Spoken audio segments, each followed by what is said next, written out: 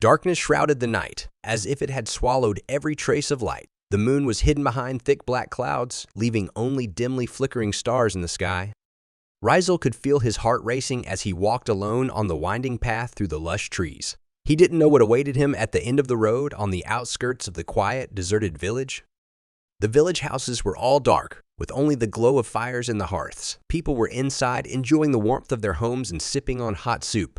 Only Rizal remained outside, searching for something unclear. He paid no heed to the cold of the night or the dangers of the darkness. He was determined to find answers to the questions that haunted his mind. Rizal shivered when he heard a voice calling his name. Rizal! The voice sounded so real, as if someone was standing right behind him. When he turned, he saw no one, only the trees swaying in the wind.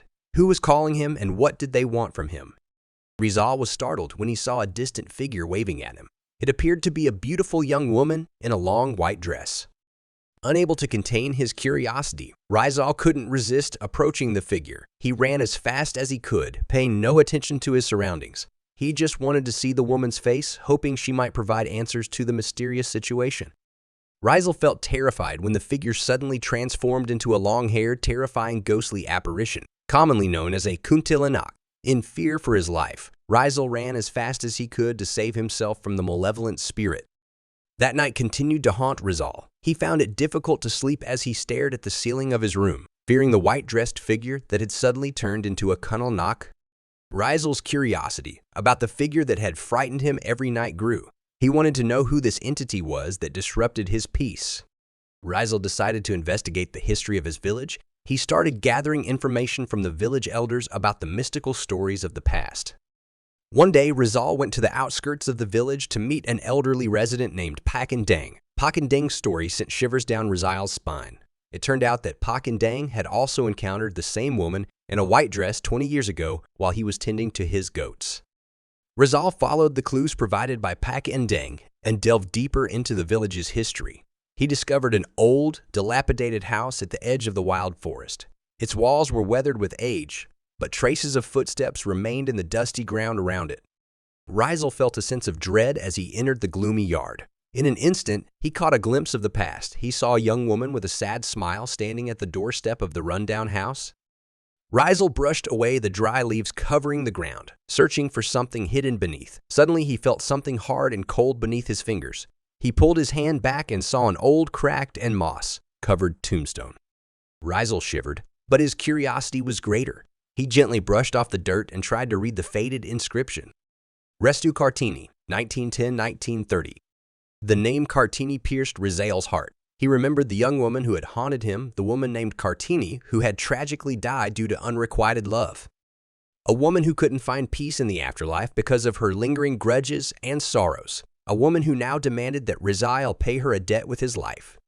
Rizal gathered all the information he had about Cartini, attempting to unravel the mystery of her life and death. He realized one thing: there was something he had to do for Cartini to find peace. He had to fulfill Cartini's last request, a dark secret that had haunted her in the past. Despite the risks, Rizal ventured into the haunted house that served as Cartini's final resting place. He wanted to help Cartini break free from the secrets that bound her to this world. He called Cartini's name loudly, challenging her spirit to appear and speak with him. Rizal was close to uncovering the truth, but suddenly, pitch-black darkness surrounded him. The wind blew violently, producing eerie sounds. Rizal felt that something was wrong, as if an evil force was trying to prevent the truth from being revealed. Rizal refused to give up and was determined to unveil the long-buried secret. He found himself facing an evil force trying to stop him. A fierce battle ensued between light and darkness, between truth and the lies that had shrouded Cartini's story. After a relentless struggle against the darkness, the past of Cartini was unveiled. Rizal was shocked to discover that Cartini had taken her own life tragically due to unending love suffering. With this newfound knowledge, Cartini's connection to the mortal world was severed. Rizal had succeeded in fulfilling her final wish. The once frightening figure of Cartini now smiled gently. "Thank you for bringing me peace," she whispered softly.